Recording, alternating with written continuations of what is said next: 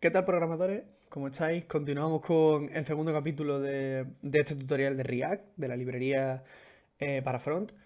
Y bueno, antes de continuar un poco, simplemente deciros que he cambiado un poco el formato para grabar los tutoriales en este tutorial. En el primero que hice de Meteor Math View, yo tenía ya hecha la aplicación, la hice en mis ratos libres.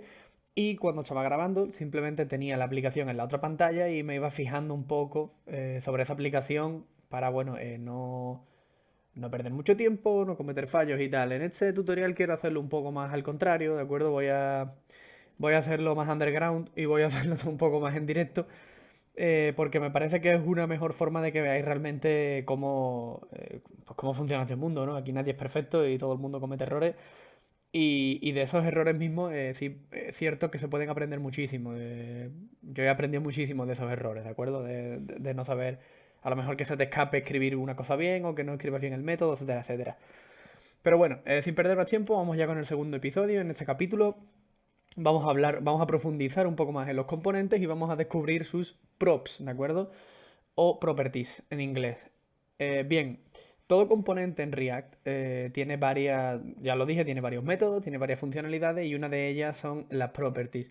Las properties no son más que propiedades, atributos que nosotros le pasamos en la etiqueta, ¿de acuerdo? En el HTML que creamos con el componente y que podemos interactuar con ellos una vez que esté dentro de esto, ¿de acuerdo? Entonces, por ejemplo, en vez de esto estar hecho con React.js, voy a borrar esto de aquí y vamos a añadirle aquí, pues por ejemplo, una property que sea lenguaje y simplemente le vamos a añadir React.js, ¿de acuerdo? Una vez que tenemos esto, pues bueno, ¿cómo podemos interactuar, ¿de acuerdo? Con este nuevo atributo de JSX que hemos creado. Pues muy fácil. Lo primero es que necesita nuestro componente es un constructor, ¿de acuerdo?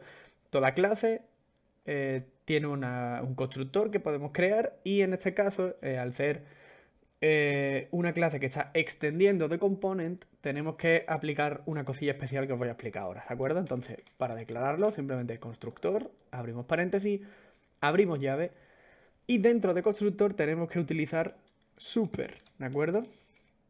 Super y le ponemos los dos paréntesis. Lo único que va a hacer es implementar los métodos y las funcionalidades que tiene component dentro de Hola React o del componente que hayamos creado, ¿de acuerdo?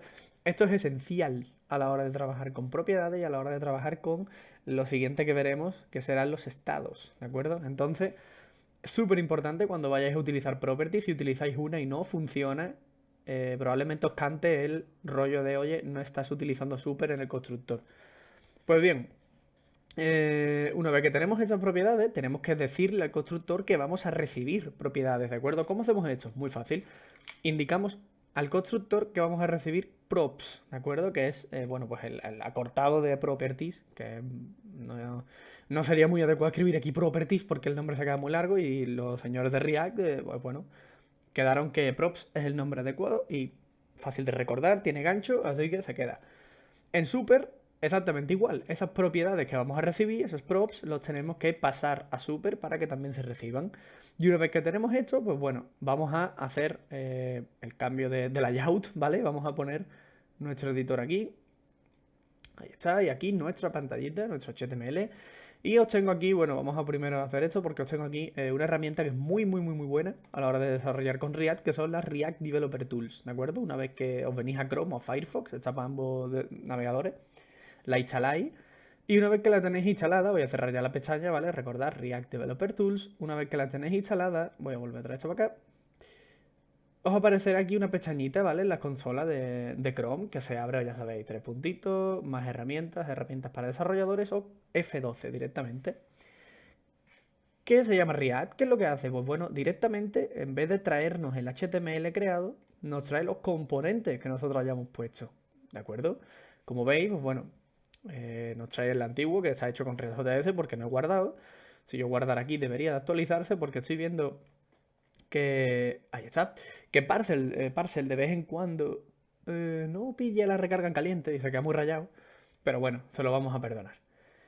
Bueno, ¿qué hacemos ahora para traernos las props, ¿vale? Que estamos recibiendo en nuestro elemento.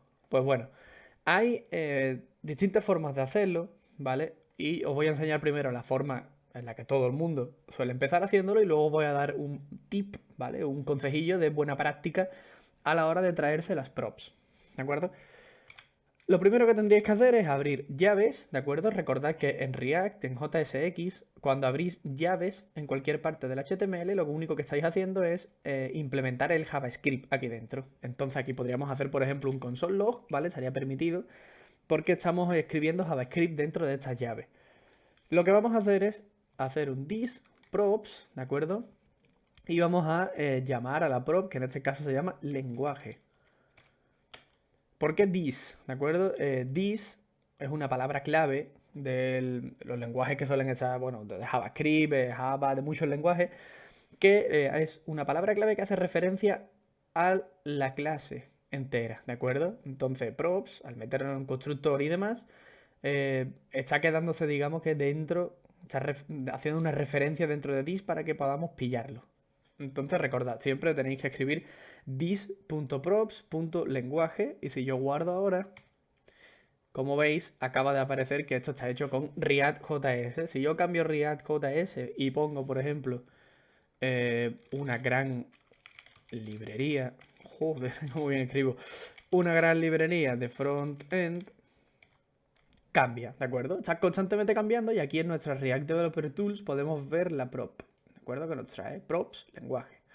Vamos a dejarlo en React.js y vamos a hacerlo de la forma que a mí me parece más limpia, más correcta y más bonita, ¿de acuerdo?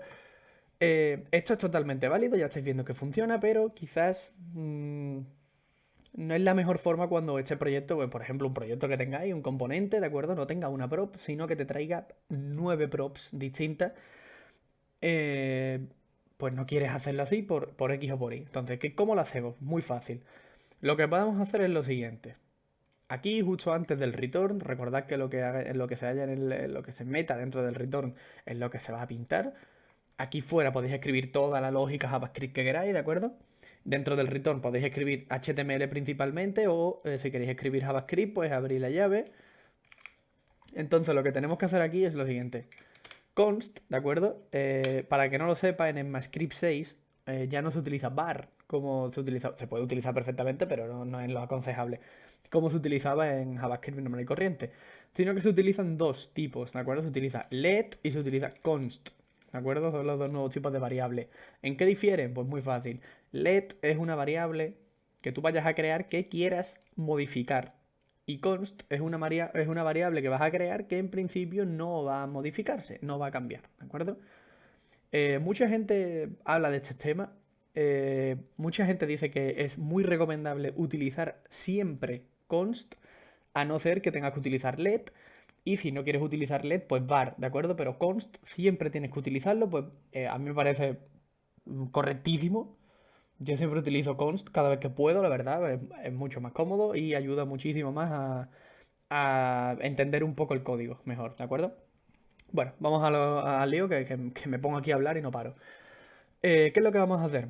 Pues bueno, nos vamos a traer directamente la propiedad lenguaje, porque nosotros ya sabemos que en el this.props nos viene el lenguaje, ¿vale? Pues entonces vamos a hacer lo que se llama en ECMAScript 6 destructuración, ¿de acuerdo? Vamos a hacer lo siguiente. Abrimos llave, ponemos el nombre de nuestra prop, lenguaje, y le ponemos que es igual a this.props, ¿de acuerdo? ¿Qué es lo que está ocurriendo aquí? Pues muy fácil. Al nosotros hacer esto, poner una variable, ¿de acuerdo? Y poner llaves, y dentro de esas llaves escribir algo, si lo igualamos a otra cosa, lo que le estamos diciendo es, oye, créame una variable con este nombre que tenga, o sea, que traiga esa misma información que hay dentro de este objeto, ¿de acuerdo? Porque el props sigue siendo en el fondo un objeto, ¿de acuerdo? Entonces lo único que le estamos diciendo es, en vez de utilizar this.props.lenguaje, nos traemos la información que haya en el lenguaje en una variable que hayamos creado. ¿Y qué ganamos con esto? Pues muy fácil. En vez de hacer this.props, aquí simplemente hacemos esto, lenguaje, guardo, no ha cambiado nada, ¿vale? Porque pone React.js, le voy a quitar el JS. Ahí está, ¿veis? Funciona exactamente igual. ¿Qué ganamos con esto? Pues bueno, ganamos que cuando tengamos mucho más código aquí en medio, no haya 22 dis.props.nombres repartidos por todos lados, sino que simplemente haya cosas que veamos fácilmente, ¿de acuerdo? Haya lenguaje, haya, pues, yo qué sé, API, datos, simplemente haya nombres básicos, una sola palabra, quizás una palabra con un guión, etcétera, como tengáis los datos hechos.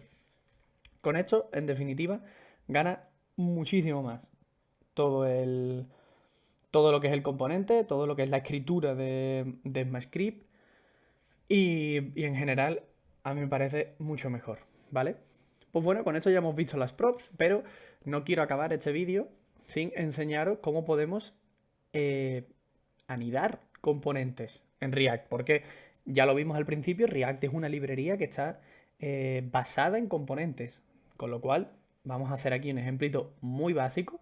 Vamos a borrar esto de aquí, vamos a borrar estas props, que ya no nos hace falta, estas prop, perdón, en singular, que ya no nos hace falta.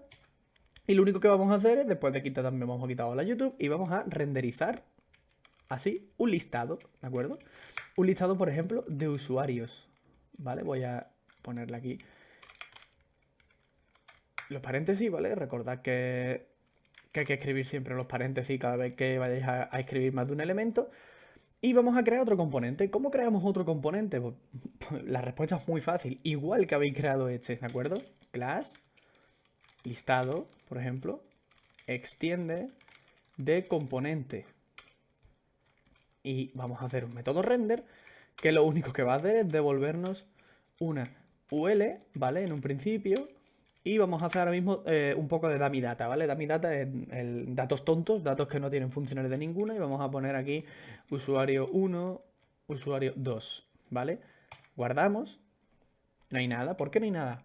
Porque no hemos llamado a ese componente. ¿Qué hacemos entonces para llamarlo? Pues muy fácil. Igual que vamos a borrar esa línea. Igual que hemos llamado a nuestro primer componente en el render, pues dentro vamos a llamar a nuestro nuevo componente que es listado. Guardamos, formateamos y ahí está, ahí tenemos nuestra lista. Llegado a este punto quiero hacer una aclaración, ¿de acuerdo? Es muy probable que vosotros a lo mejor confundáis y no escribáis el componente nuevo arriba de Hola React. Os estaréis preguntando, oye, ¿por qué lo escribes arriba? ¿Tiene importancia que escriba el componente nuevo arriba de Hola React? La tiene. La tiene y mucho. ¿Por qué? Porque si escribís el componente después del componente padre, ¿de acuerdo?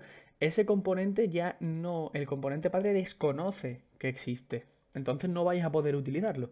Es muy importante que el componente vaya arriba. Ya os digo, esa es una forma muy básica. Más adelante los componentes no funcionan así, profundizaremos en ello, pero para hacer una anidación simple de componentes hay que hacerlo así. El componente hijo arriba, el componente padre abajo, siempre. Una vez que tengamos ya esto, vamos a pasarle unas props, ¿no? Pues ya que estamos, vamos a hacerlo bien y os enseño también un poco a renderizar listas. Vamos a ello entonces. Vamos a borrar por ahora todo el método render que tenemos aquí. Vamos a guardarlo, ya no hay nada. Y le vamos a pasar unas props que, por ejemplo, pues bueno, van a ser usuarios, ¿de acuerdo? Un listado de usuarios que va a ser nada más y nada menos que un array que vamos a crear aquí. Y va a ser, pues, yo qué sé, 1, 2, 3 y 4, ¿de acuerdo? Van a ser números. Y le vamos a pasar aquí, pues, directamente los usuarios. ¿Qué es lo que hemos dicho entonces para crear, para saber que tenemos props? Pues muy fácil. Constructor, le decimos que vienen props. Super, le decimos que las props tienen que estar también en el super. Y ya tenemos lo que sería las props. Vamos a hacer un renderizado entonces básico. ¿Qué hacemos ahora? Porque claro, muchos de vosotros directamente tiraréis a, por ejemplo, tirar a renderizar todo. Pues bueno, lo que vamos a hacer ahora es primero vamos a utilizar una sintaxis sencilla, ¿vale?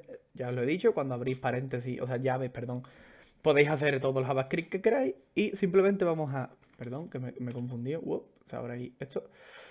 Primero recordad siempre que hay que hacer un return.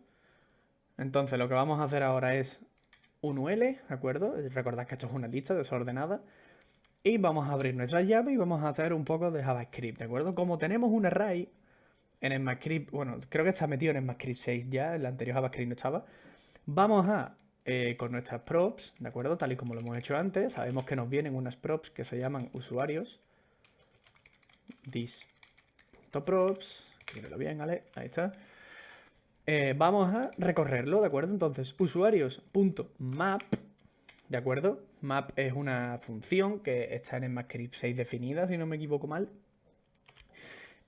Vamos a devolver y utilizar una función de flecha, ¿de acuerdo? Por cada usuario que nos devuelva, vamos a ejecutar lo siguiente. Vamos a devolver. Si en una función de flecha pones las llaves, tienes que escribir return. Si no le pones las llaves, directamente estás devolviendo lo que le vayas a poner ahí, ¿de acuerdo? En este caso vamos a simplemente devolver un LI con un texto que ponga este es el usuario y le concatenamos aquí usuario, ¿de acuerdo?